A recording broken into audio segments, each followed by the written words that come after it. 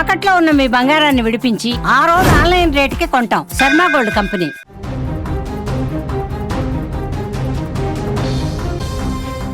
ముగ్గురు అక్క చెల్లెమ్మల అంత్యక్రియలు ముగిశాయి. ఆ ముగ్గురు ఆడపిల్లలు ఉన్నత విద్యను అభ్యసిస్తూ ఉన్నారు. కొద్ది రోజులైతే ఆ తల్లిదండ్రులను కూర్చోబెట్టి చూసుకునేవాడు. ఆడపిల్లలు కడుపులోనే చంపేస్తున్న ఈ రోజుల్లో ఆ ముగ్గురు ఆడపిల్లల్ని పెంచి పెద్ద చేసి చదివించి చేతికొచ్చే టైంకి ముగ్గురు కూడా దూరం కావటం ఆ తల్లిదండ్రులకు ఎంత కడుపు చెప్పండి. ముగ్గురు కలిసి ఒకేసారి ఈ లోకాన్ని వదిలి వెళ్ళిపోవటం నిజంగా జీర్ణించుకోలేనటువంటి విషయం. ఇంట్లో నుంచి ఒక పాడె కదిలితేనే ఇంటిల్లి పాది శోక సంద్రం అయిపోయే పరిస్థితి. అలాంటిది ముగ్గురు ఆడపిల్లలు, ముగ్గురికి ఇంచుమించు 20 ఏళ్ల వయసు. ఒకే ఇంట్లో నుంచి ముగ్గురు మహాలక్ష్మిలు ఇలా ఒకేసారి పాడెపై తిరిగి రాని లోకాలకు వెళ్ళిపోతుంటే ఆ ఇల్లు కాదండి, ఆ కుటుంబ సభ్యులే కాదు, మొత్తం ఊరు కూడా, ఊరంతా కన్నీరు పెట్టింది. ఒక్కసారి ఆ దృశ్యాలు చూడండి. ఈ ప్రమాదంలో ఒకే ఇంట్లో ముగ్గురు అక్క చెల్లెళ్ళు చనిపోయారన్నటువంటి వార్త ఆ గ్రామం మొత్తం, పెరక్కంపల్లి మొత్తం కూడా విషాదంలో ముంచేసిన పరిస్థితి. వాళ్ళతో అనుబంధం ఉన్నవారు ఆ కాలనీలో, ఆ ఇంటి దగ్గర చుట్టుపక్కల వాళ్లే కాదు. ఎందుకంటే ఈ చేవేళ్ల రోడ్డు ప్రమాదం, కంకర టిప్పర్ వచ్చి ఆర్టీసీ బస్సును ఢీ కొట్టింది. ఇందులో మన ఊరు వాళ్ళు, ఒకే కుటుంబానికి సంబంధించిన వాళ్ళు, ఎల్లయ్య గౌడ్ పిల్లలు, ముగ్గురు అమ్మాయిలు కంకర కింద సమాధి అయిపోయి చనిపోయారని వార్త ఎప్పుడైతే బయటకు వచ్చిందో షాక్ అయిపోయారండి. ఆ ఊరు మొత్తం కన్నీళ్ళు, ఆ కుటుంబ సభ్యులతో పాటు ఊరు మొత్తం కూడా ఏడ్చినటువంటి పరిస్థితి. అంతిమయాత్ర జరిగేటప్పుడు, తీసుకెళ్లేటప్పుడు అంతకు ముందు అక్కడ ఏడవని మహిళ అంటూ ఎవరు లేరండి. కుటుంబ సభ్యులు తీవ్రంగా రోధించినటువంటి పరిస్థితి. అక్కడ ఉన్నటువంటి ఆ దృశ్యాలు, ఆ ఫోటోలు అందరినీ కూడా గుండెను బరివెక్కించినటువంటి పరిస్థితి. అందరినీ కదిలించేస్తున్నాయి అక్కడ దృశ్యాలు. మీరు ఏ లోకంలో ఉన్నా మీ ఆత్మ శాంతించాలని కోరుకుంటున్నాను తల్లులు అంటూ ఆ ఊరంతా కూడా జనం తుది వీడ్కోలు పలికారండి. రోడ్డు పొడవున ఆ ముగ్గురు మహాలక్ష్ముల కోసం దారి పొడవున జనం నిలబడి ఏ విధంగా కన్నీటి వీడ్కోలు పలుకుతున్నారు చూడండి. ఆ తల్లి కూర్చొని ఏడుస్తుంది. ఆ దేవుడు నన్నైనా తీసుకెళ్లాల్సింది కదా, నా పిల్లల్ని ఎందుకు తీసుకెళ్ళాడని చెప్పి ఆ తల్లి నిజంగా ఏడుస్తుంటే, తమ్ముడు ఉన్నాడండి, ఒక చిన్న తమ్ముడు ఉన్నాడు ఆ ముగ్గురు అక్క చెల్లెళ్ళకి. అతను కూడా ఏడుపు ఆపుకోలేకపోతా ఉన్నాడు. అమ్మా ఏడవకు, అమ్మా ఏడవకు అని చెప్పి అతను కూడా ఏడుస్తుంటే నిజంగా ఆ దృశ్యం చూసిన వాళ్ళు, ఆ ఊరి జనం అంతా కూడా బోరున విలపించారండి. అంత బాధాకరం. ఇంట్లో ఉన్న ముగ్గురు పిల్లలు ఎప్పుడు సెలవులు వచ్చినా సరే ఇంటికి వస్తారండి. ఎప్పుడు ఏ చిన్న సెలవు దొరికినా ఇంటికి వస్తారు. తల్లితో, తండ్రితో, అక్కడ ఉన్నటువంటి ఆ ఇరుగు పొరుగు వాళ్ళతో, కుటుంబ సభ్యులతో ఎంత సరదాగా అంటే అంత సరదాగా గడిపేవాళ్ళు. వాళ్ళ అమ్మను ఆట పట్టేయటం, తండ్రితో సరదాగా మాట్లాడటం, ఇవన్నీ కూడా గతం తాలూకు జ్ఞాపకాలన్నీ నెమరు వేసుకుంటూ, ఎందుకు బిడ్డ మమ్మల్ని ఇంత అన్యాయం చేసి వెళ్ళిపోతున్నావు అని చెప్పి వాళ్ళు ఏడుస్తుంటే నిజంగా ఆ దృశ్యాలు నేను చూశాను.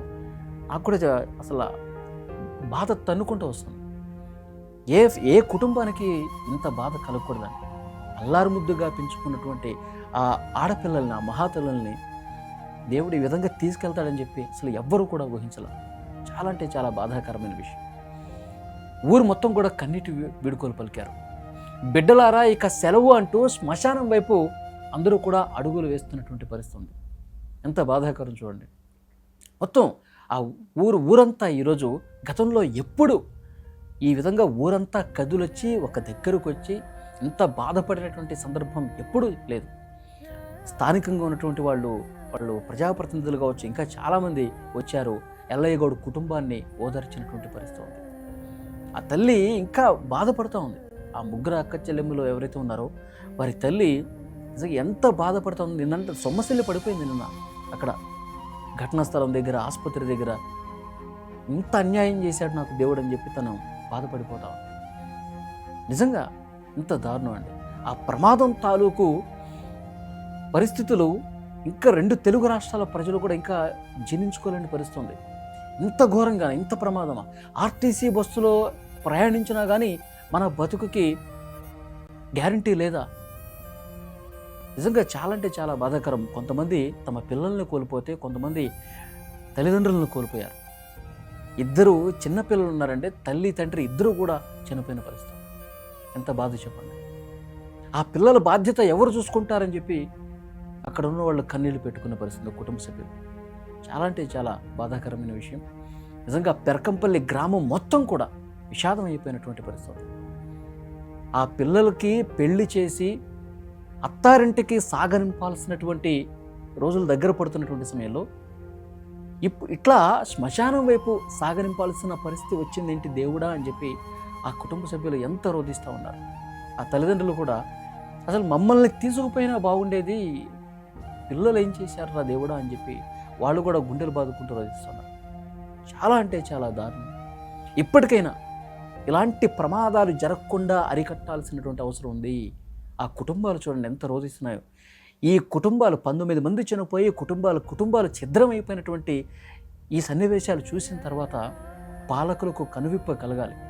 ఎన్జిటి కూడా డైరెక్షన్ ఇచ్చింది, ఆ రోడ్డుని వెడల్పు చేసుకోవచ్చు, ఆ మర్రి చెట్లని కాపాడుకుంటూ రోడ్లను వెడల్పు చేయండి అని చెప్పి ఆదేశాలు ఇచ్చింది. కాబట్టి ప్రభుత్వాలు ఇప్పటికైనా రోడ్డు వెడల్పులు చేయాలి. అటుగా వచ్చే వాహనాలు ఇటుగా వచ్చే వాహనాలకి ఎలాంటి ఇబ్బంది లేకుండా చూడాలి. రోడ్లను బాగు చేయాల్సినటువంటి అవసరం ఉంది. పాలకులు ఇప్పటికైనా బాధ్యత వహించి చర్యలు తీసుకోవాలి.